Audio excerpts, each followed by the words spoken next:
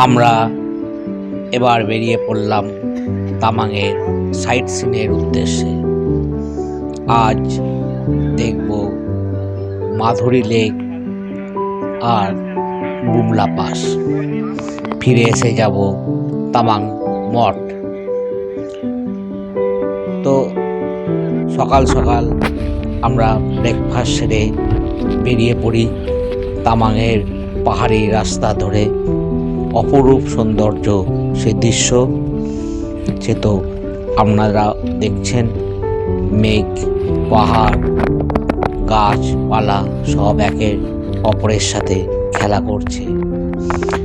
ছুটে চলেছে আমাদের গাড়ি এলোমেলো পাহাড়ি রাস্তা ধরে মাধুরী লেকের দিকে। অরুণাচলের এ দৃশ্য সত্যি অপরূপ সৌন্দর্য এক দৃশ্য। প্রকৃতির এখানে শোভা যেন ঝরে ঝরে পড়ে। খুব সুন্দর এই দৃশ্য অরুণাচলে, যেন মন কেড়ে নেয়ার মতো দৃশ্য। একটার পর একটা পাহাড় পেরিয়ে আমরা ছুটে চলেছি মাধুরী লেকের দিকে। তবে মাধুরী লেক আসার আগে কয়েকটি কথা আপনাদের বলে রাখি। মাধুরী লেকের উচ্চতা সমুদ্রপৃষ্ঠ থেকে 12,000 ফুট। মাধুরী লেকের আসল নাম সাংগেতারসর বা সোঙ্গাসের হ্রদ। আমরা ধীরে ধীরে প্রবেশ করলাম সেই মাধুরী লেকের দিকে। এই দূরে দেখা যায় সেই সুন্দর মাধুরী লেক। বেশ বহু পর্যটক এই মাধুরী লেকে রয়েছে, ভিড় করেছে।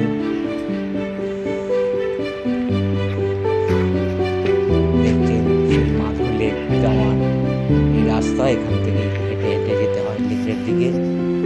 গাড়ি একটু আগে আমাদের নামিয়ে দিয়েছে। এই মাধুরী লেক, যার আসল নাম সাংগেতসার হ্রদ। মাধুরী লেক 1997 সালে বলিউড সিনেমা কোয়েল এর শুটিং এখানে হয়েছিল। অভিনেত্রী মাধুরী দীক্ষিত এখানে শুটিং করে। তারপর থেকে এই লেকের নাম হয় মাধুরী লেক। পাহাড়ের কোলে সত্যি খুব সুন্দর এই লেকটি, অসাধারণ তার রূপ। এই লেকের জল 12,000 ফিট উচ্চতায়। এই লেকটি যেন চারিদিক থেকে পাহাড় ঘিরে আছে লেকটিকে। লেকের মাঝে যাওয়ার রাস্তাও আছে, যেখানে ছবি তোলার একটা ভালো স্পট।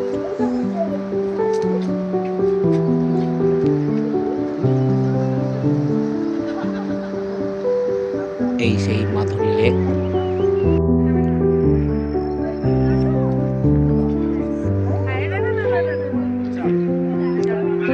1997 সালে হিন্দি ছবি কোয়েল সিনেমার এখানে শুটিং হয়। মাধুরী দীক্ষিত এই লেকে শুটিং করেছিলেন। তারপর থেকে এই লেকের নাম মাধুরী লেক।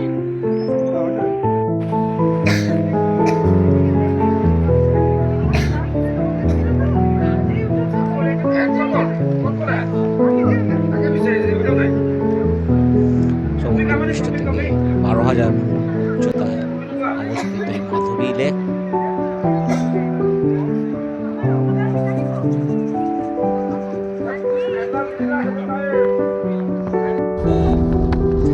আবার আমরা লেক দেখে এবার যাচ্ছি বুমলা পাস। মাধুরী লেক দেখে এই বুমলা পাস যাওয়ার পথে সুন্দর যেন আরো আরো অপরূপ সৌন্দর্য। পাহাড়ের গায়ে এখানে লেগে আছে। আর আমরা এখন উঠব 15,200 ফিট উচ্চতায়। ছিলাম 12,000 প্রায়। 3200 ফুট উচ্চতায় আরো উঠে যাবো আমরা কুমলা পাসের কাছে। কুমলা পাস যাওয়ার পথে রাস্তা খুবই সুন্দর, গায়ে গায়ে বরফ জমে আছে, পাহাড়ের গায়ে যত্র ছড়িয়ে ছিটিয়ে রয়েছে বরফ।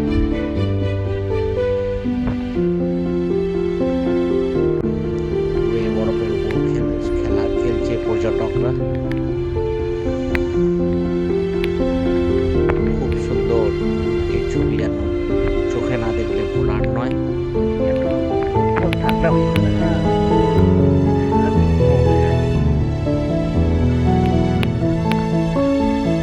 কুমলা পাস সমুদ্রপৃষ্ঠ থেকে 15,200 ফিট উচ্চতায় অবস্থিত। প্রচন্ড ঠান্ডা, তবে এখানে আসার সময় সঙ্গে অবশ্যই ঠান্ডার পোশাক নিয়ে আসবেন। যদি কারো শ্বাসকষ্টের থাকে তাহলে তারা উপযুক্ত ব্যবস্থাও সঙ্গে রাখবেন।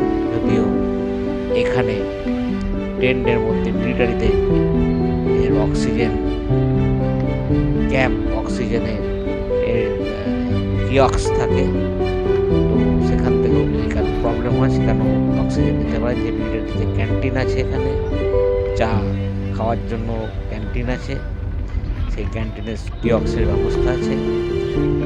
আর চাইলে আপনারা নিজেরাও ব্যক্তিগতভাবে সঙ্গে অক্সিজেনের সাপোর্ট হিসাবে কিছু রাখতে পারে।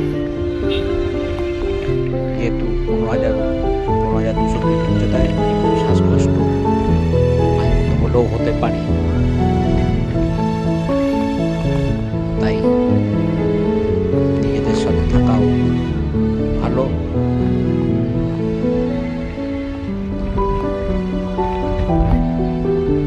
কুমলা পাস যেতে যেতে ছোট ছোট কয়েকটি লেকও রাস্তার মধ্যে দেখা যায়।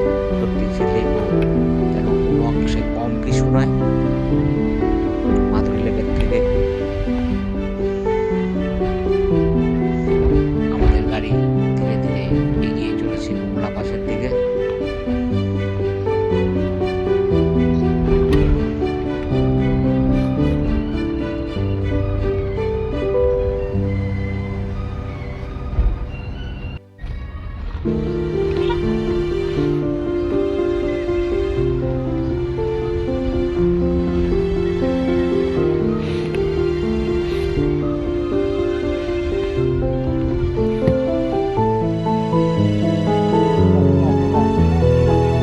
চারিদিকে একদম বরফে ঢেকে গেছে।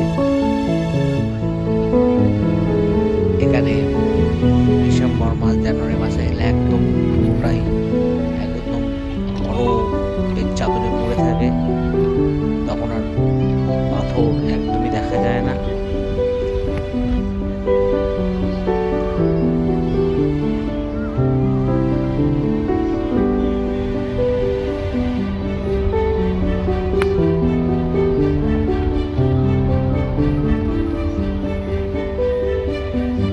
এই ছবিটি এপ্রিল মাসের ছবি।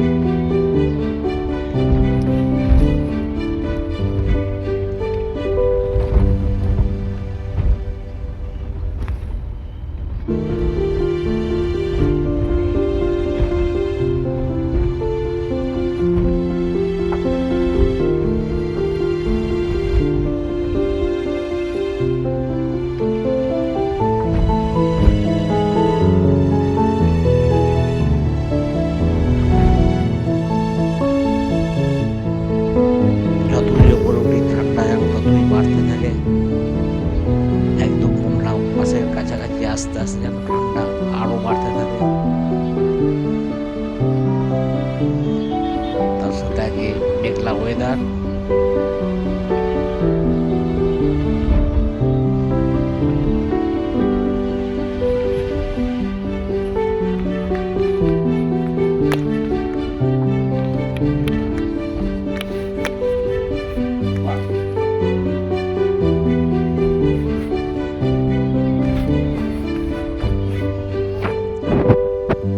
আমরা একদম চলে এলাম একদম কুমলা পাশে, সব গাড়ি এখানে পার্কিং করা।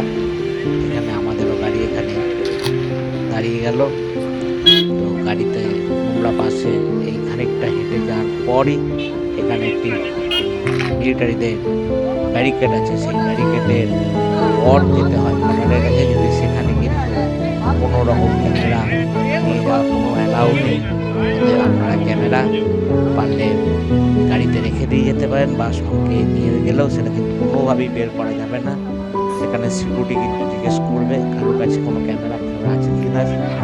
তো যাই হোক, কেউ কোনো ক্যামেরা ছবি তুলবেন না সেই বর্ডারের কাছে। এটা পুরোপুরি নিষিদ্ধ, পুরো জোনটি মিলিটারি জোন। তারপর আপনি বর্ডারের কাছ থেকে ঘুরে আসার পর আপনি ছবি তুলতে পারেন। যেখানে ছবি তোলার যেখানে ছবি তোলার বারণ নেই, নিষেধাজ্ঞা নেই, সেখানেই আপনি ছবি তুলতে পারেন। ওই অঞ্চলে কোনোভাবেই ছবি তোলা যাবে না বর্ডারের কাছে। সেখানে মিলিটারিরা তারা বলছে এই বর্ডার সম্বন্ধে 1962 সালে ভারত চীন যুদ্ধের স্মৃতি বিচরিত একটি সীমান্ত এটা। এই অপর উল্টো দিকে চীনের সীমান্ত দেখা যায়। এই মেরা ভারত মহান যে লেখা রয়েছে তার পেছন থেকে রাস্তা চলে যাচ্ছে ওটা বর্ডারের দিকে। কিছু দূর যাওয়ার পরে ওখানে ব্যারিকেড আছে, যে ব্যারিকেডে আটকে দেবে সবাইকে, এবং সেখানে বর্ডার সম্বন্ধে 2-4 কথা বলা হয় মিলিটারিদের পক্ষ থেকে। আর সেখানে কিন্তু ক্যামেরা নিয়ে যাচ্ছে। চলে এলাম আমরা বলতে একটা মঠেতে, তামাং মঠে ঢুকছি আমরা এখন। তামাং মঠে খুব সুন্দর একটি মঠ, অপূর্ব সৌন্দর্য কারুকার্যে ভরা ভেতরটা। চলুন দেখা যাক মঠের ভেতরে যাওয়া যাক।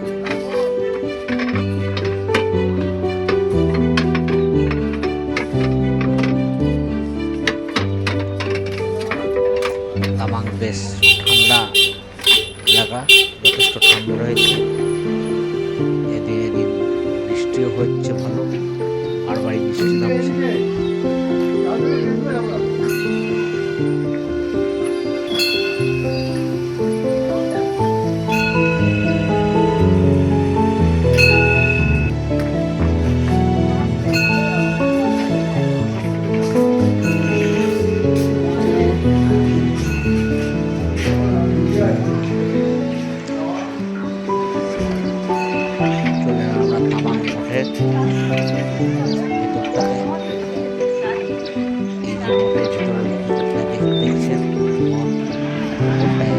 প্রবেশ করতে হবে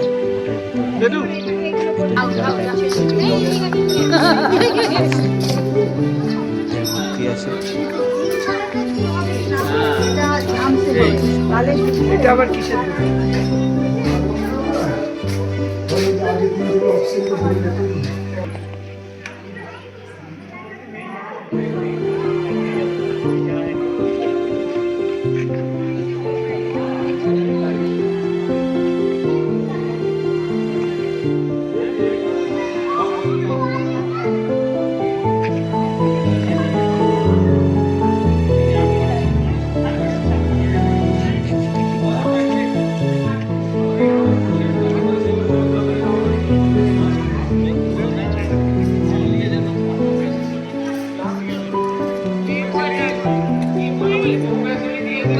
बनवत होतं काही कळलं नाही कार्तिकीन परी नाही आलं बाहेर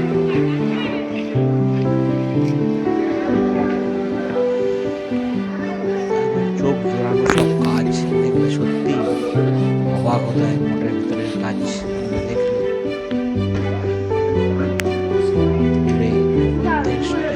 একটি মূর্তি পাশে বেদির মতো যেগুলো রয়েছে ওগুলোর উপর বসে প্রার্থনা করা হয়।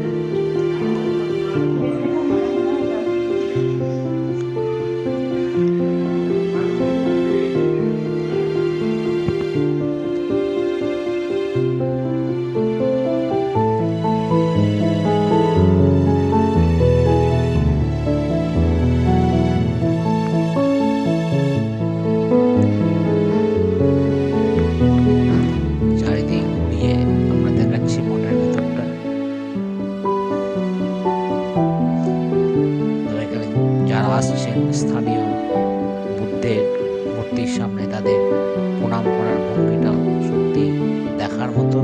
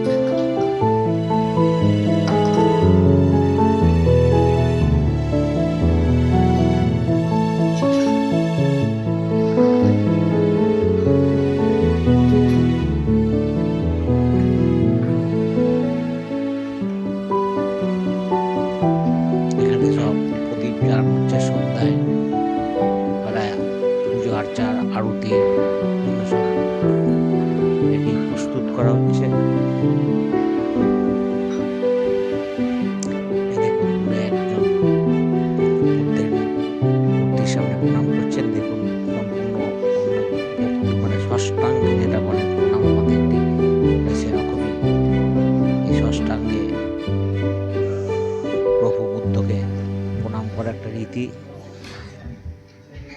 এবং সেটা তারা ধারাবাহিকভাবে বেশ কয়েকবার করেন।